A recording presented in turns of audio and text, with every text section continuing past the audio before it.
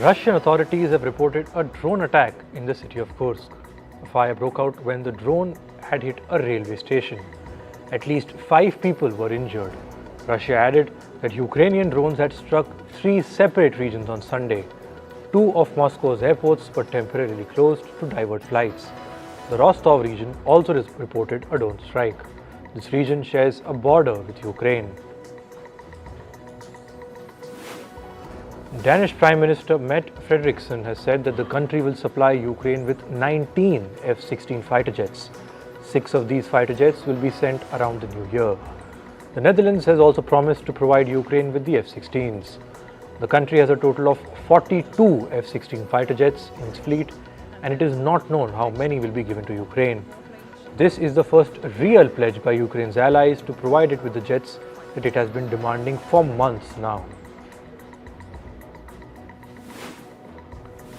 North Korean leader Kim Jongun oversaw a test of strategic cruise missiles. This comes as the United States and South Korea kicked off their annual military drills. The drills have been named the Ulchi Freedom Shield. It is designed to enhance the two countries' joint response to North Korea's evolving nuclear and military threats. Pyongyang sees the latest drills as rehearsal for war. Taiwan's defense ministry has released a footage of its fighter jets taking off for combat air patrol. This comes a day after Beijing carried out military drills around the island. Taiwan said that 25 Chinese Air Force planes crossed the Taiwan Strait's median line. This line served as an unofficial barrier between the two sides until Chinese military aircraft began regularly crossing it.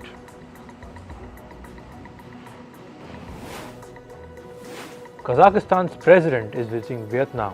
This trip comes after his Vietnamese counterpart, Vo Van Tung, invited him. The two countries hope to boost bilateral ties, particularly in trade and economy. This is the first time a Kazakh president is visiting Vietnam in 12 years.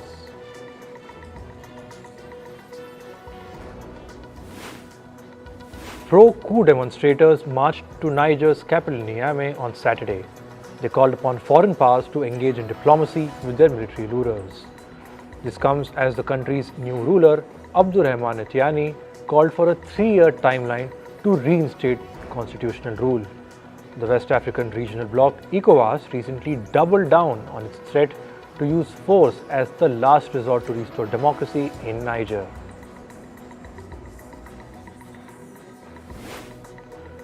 Cambodia's king, Norodom Sihamoni, inaugurated the country's new parliament on Monday.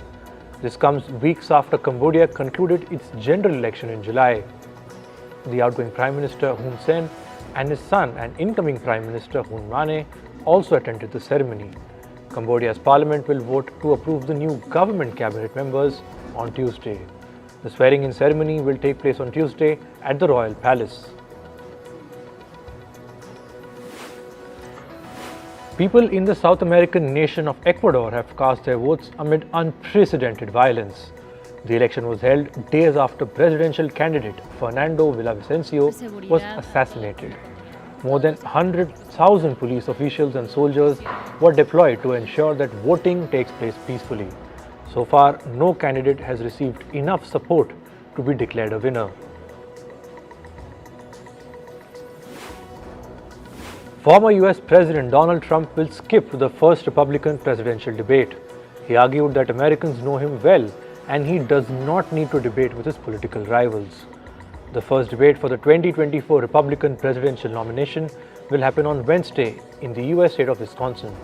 According to an opinion poll, 62% people are likely to vote for Trump even though he has been indicted 4 times this year.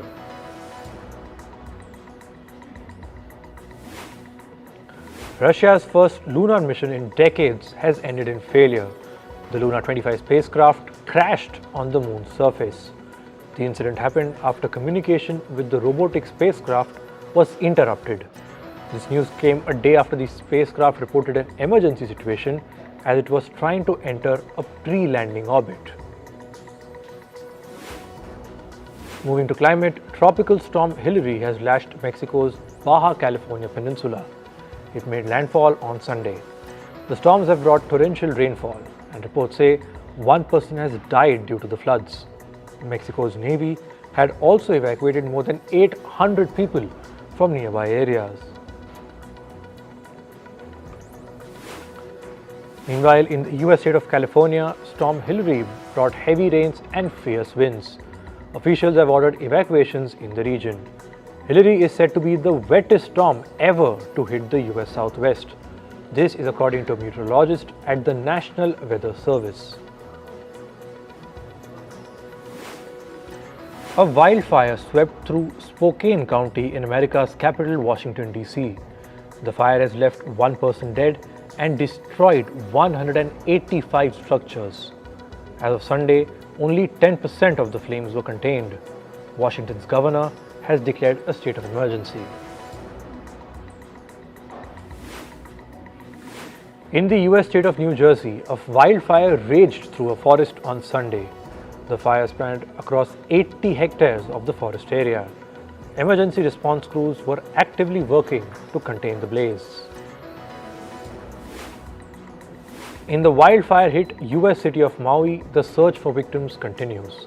Rescue teams with dogs have sifted through the charred remains of the Hawaiian state. Earlier, Hawaii's governor had said that the death toll was expected to rise further. Meanwhile, around 3,000 pet animals remain unaccounted for. Approximately 600 missing reports have been made by pet owners. This comes almost 2 weeks after the wildfire blazed the city of Maui.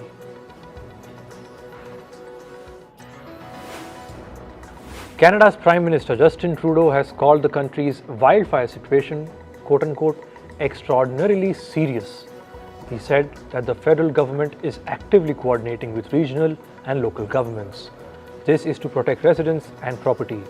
Trudeau also vowed that the government will help rebuild the fire-hit communities. Meanwhile, Canada's British Columbia has declared a state of emergency. The province has ordered the evacuation of 15,000 families in the region. Officials have urged the public to cancel non-essential travel to fire-affected areas. The World Meteorological Organization has warned that the summer of extremes is still ongoing. This comes as several European countries brace for a new heat wave. Meanwhile, heat and dry weather have contributed to unusually severe wildfires in Canada. It has also led to extreme wildfires in the US state of Hawaii and Spain's Canary Islands. Sea levels in the Southwest Pacific are rising faster than the global average. This is according to the World Meteorological Organization. The WMO has said that water levels were rising about 4 millimeters per year in some areas. This is a threat to low-lying islands in the region. Over time, this could lead to islands getting flooded.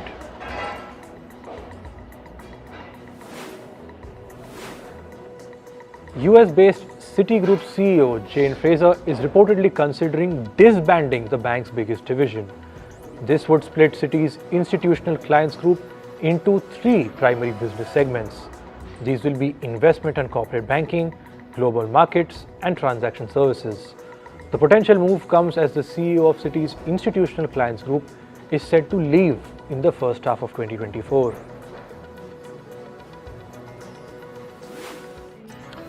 Chipmaker Intel is slashing at least 140 jobs in another round of layoffs.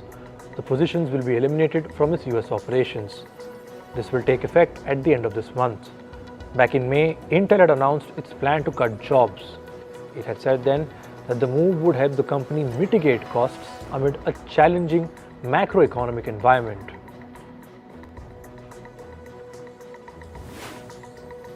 A lawsuit has been filed against the online gaming platform Roblox.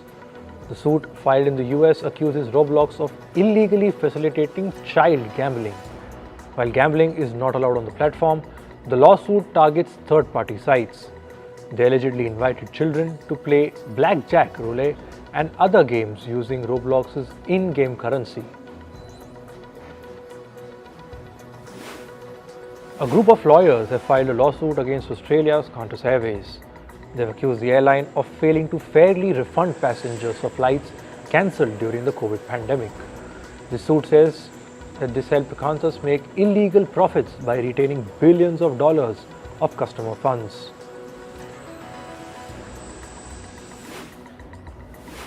California's auto regulator is investigating car maker General Motors' Cruise robotaxi. This is over a recent crash. Last week, a Cruise robotaxi crashed into an emergency vehicle in San Francisco.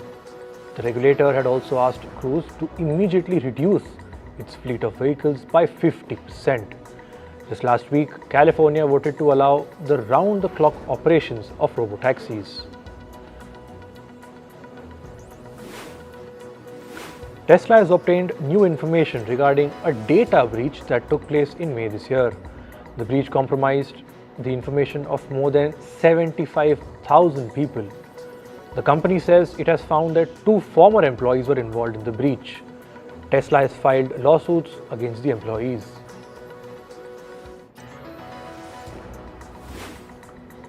Social media platform Twitter, or X, has rolled out new verification rules for its X-Blue users.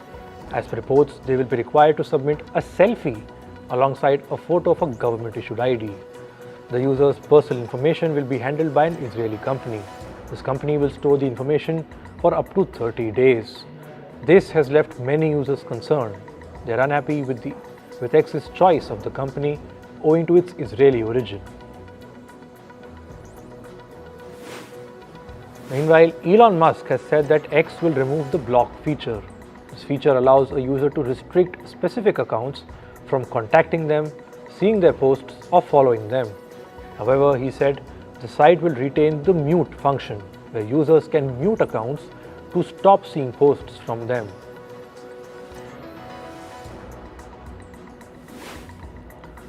Somalia has banned TikTok, messaging app Telegram, and online betting website 1xBet. This is to limit the spread of quote-unquote horrific content and propaganda. The country's communications minister said that terrorists use these platforms to spread misinformation. The internet service providers have been given until the 24th of August to comply with the orders. The Canadian government has asked Meta platforms to lift a ban on domestic news from its platforms. The government says this will allow people to share information about wildfires in the country. Earlier this month, Meta started blocking news on Facebook and Instagram for all users in Canada. This was following a new law requiring internet giants to pay publishers when their platforms displayed news articles. Moving to sports, in cricket, the BCCI has announced India's 17-member squad for the Asia Cup. The side will be headed by Rohit Sharma. Batter KL Rahul and Shreyas Iyer are back in the list. Both Rahul and Iyer were on a break due to an injury. Bowler Jasprit Bumrah is also back to the 50-over format. The first match of the Asia Cup is on the 30th of August between Pakistan and Nepal.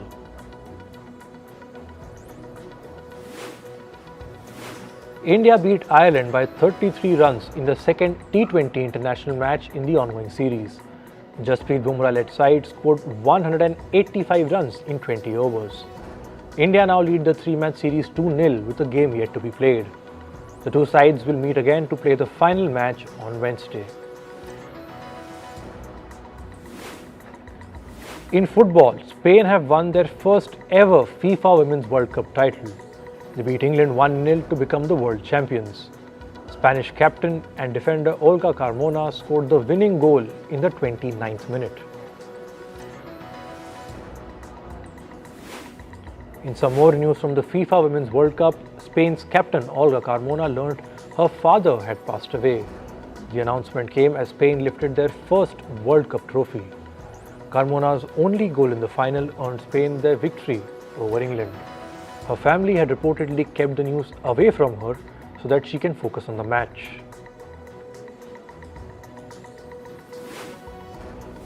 Manchester City beat Newcastle United 1-0 in the English Premier League on Sunday. Man City forward Julian Alvarez scored the only goal of the match. The defending champions will next play Sheffield United on Sunday.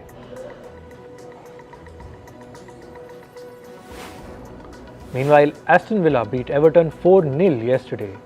All 4 goals were scored by different players. The second goal was a penalty converted by Brazilian midfielder Douglas Luiz. Villa will now travel to Burnley next Sunday. US football club Inter Miami clinched the League's Cup trophy on Saturday. They beat Nashville on penalties.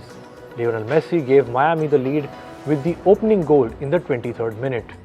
Nashville's Fafa Picault scored in the second half to level the match. Nothing separated the two teams at the end of regular play, and sending the match into a penalty shootout. Miami then defeated Nashville SC 10-9 on penalties. In tennis, men's world number 2 Novak Djokovic took his revenge on world number 1 Carlos Alcaraz in the Cincinnati Open on Sunday. The two had recently faced each other in the Wimbledon final. Alcaraz had gotten the better of Djokovic in London, but the veteran Serb returned the favour yesterday. Djokovic lost the first set 5-7, but then rallied back 7-6 and 7-6. After the match, Alcaraz burst into tears and Djokovic tore his shirt to celebrate the epic win. Meanwhile, American Coco Gauff clinched the Cincinnati Open women's title. Gauff beat Karolina Muchova of the Czech Republic 6-3 and 6-4 in straight sets. This is Gauff's second title this month. The 19-year-old had won the Washington Open 2 weeks back.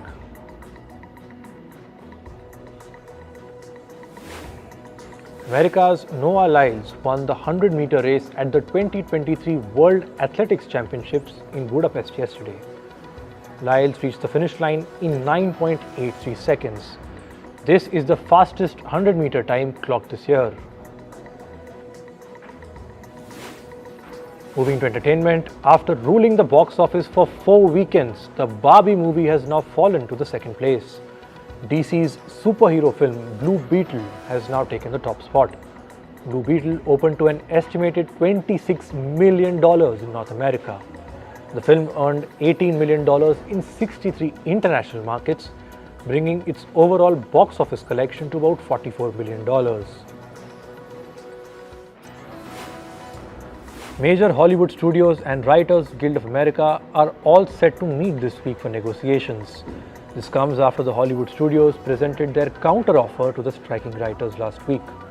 The two sides met about 4 times last week. This comes as the WGA strike has entered its 109th day.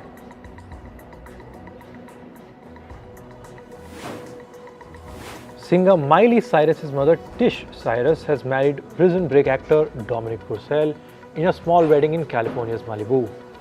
Miley Cyrus and her sister Brandy Cyrus were bridesmaids. Tish Cyrus announced her engagement to the actor more than a year after she filed for a divorce from her former husband, Billy Ray Cyrus. The two separated after almost 30 years of marriage.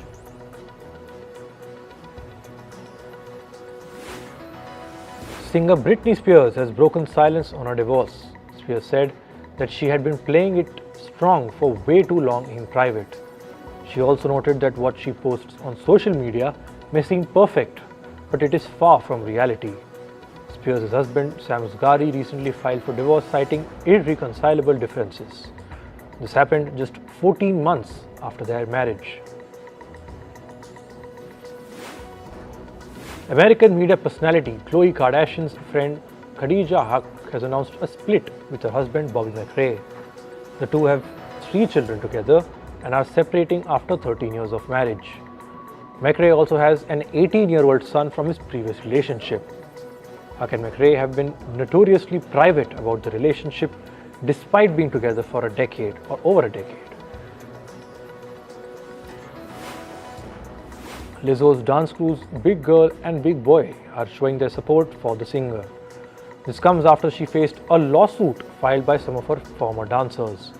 In an open letter, the crew members said, "Thank you Lizzo for shattering limitations and kicking in the doorway for the dancers." Lizzo has been accused of sexual harassment and creating a toxic work environment.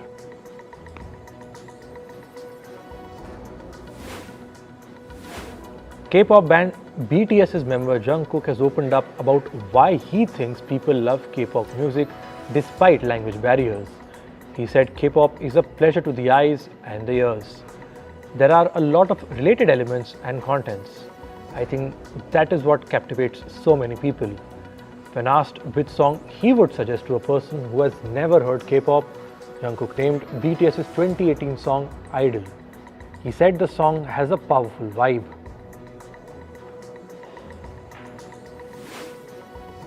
Meanwhile, another member of BTS, RM, has shared a powerful message with fans worried about gaining weight.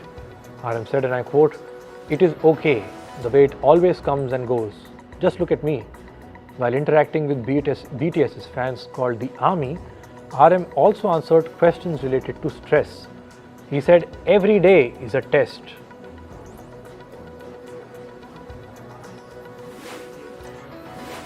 Internet personality Lil Tay's mother, Angela Tian, has broken silence over her death hoax. Talking about the custody of her children, Tian said, and I quote, "This experience has put us in a constant state of severe depression. Tian and Tia's father, Christopher Hope, have been engaged in a custody battle for several years now. The latest statement comes days after Lil Tay and her brother were announced dead on social media. Days later, Tay confirmed she is alive and safe. And finally, actor Cephas Jones has died at the age of 66. He died due to a long-standing pulmonary issue. The actor was famous for his roles in the hit drama series This Is Us. Cephas Jones played the role of William Hill. Actor Mandy Moore, who played Rebecca Pearson in the show, paid an emotional tribute to her co-star. She said getting to know and work with Ron on the wild ride of This Is Us was the greatest gift.